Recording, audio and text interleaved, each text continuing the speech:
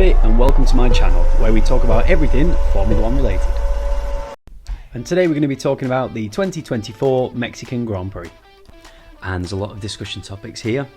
Everything from Sergio Perez, should he be dropped to racing standards? Has Max Verstappen gone too far? I will have a look in a little bit more detail. The Mexican Grand Prix is famed for its very long start-finish straight, its stadium section and the high altitude that the cars experience here. So let's look at how they started. Carlos Sainz took pole ahead of Max Verstappen and Lando Norris took team behind alongside Charles Leclerc with the two Mercedes boys behind.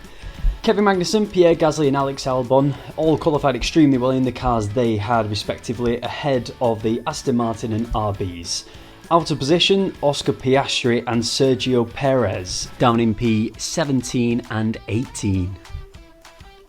This is a track, the pole position is not usually the favourite. P2 and P3 tend to get a good slipstream and take advantage of this down into turn 1. So lights are out and all three drivers at the front get a good start. But Max Verstappen has shown himself in the second phase of the start to be extremely strong.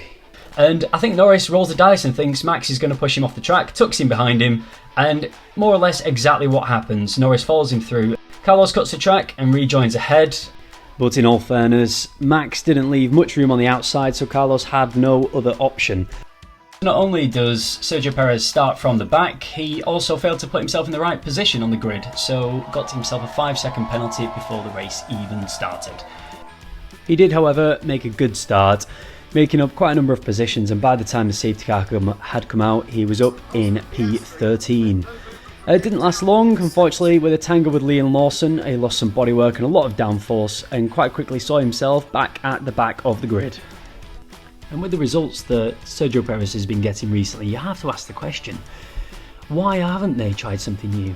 Red Bull in the past have been very critical of their second drivers, willing to drop them at a moment's notice, try something new, and yet Sergio Perez has been at Red Bull for 4 years now, joining in 2021, and has been outperformed most, if not all races by Max Verstappen, bar some form of technical difficulty on his part. So why wouldn't you if you were Red Bull? You've lost first place in the Constructors' Championship, you just lost second place, so you're currently sat in third with one driver batting for you. Why wouldn't you try something new? Put Sergio Perez in the sister team. Why don't you bring Liam Lawson into the main team, Yuki Tsunoda into the main team, or even Daniel Ricciardo back? I mean, Daniel's the only person who's actually managed to fight Max hand for hand, go up against him in combat, beat him in qualifying, beat him in the race. And he only left Renault because he was being muscled out by the new young kid of Max Verstappen. I just think Red Bull need to try something new if they want any hope in the Constructors' Championship. And driving standards have been a discussion topic recently due to Max Verstappen seemingly understanding better than others how to overtake, how to defend, with Lando Norris and Zach Brown both saying it's extremely dangerous the way that he's driving at the moment. So the driving standards need to be changed and something needs to be done about it. Because of this, Max received 2 10-second penalties, one for forcing a driver off the track and one for leaving the track and gaining an advantage, both on car number 4, Lando Norris. But we did see Max pushing these rules back in 2021 when he was fighting with Lewis Hamilton, especially at the Brazilian Grand Prix, the Saudi Arabian Grand Prix. There was plenty of occasions where when Lewis was around the outside, Max would seemingly brake too late and either crash into Hamilton or force him off the track, going off the track himself. The results of the meeting between the drivers and the FIA following the Qatar Grand Prix should be very interesting and hopefully make some well-needed changes to the regulations.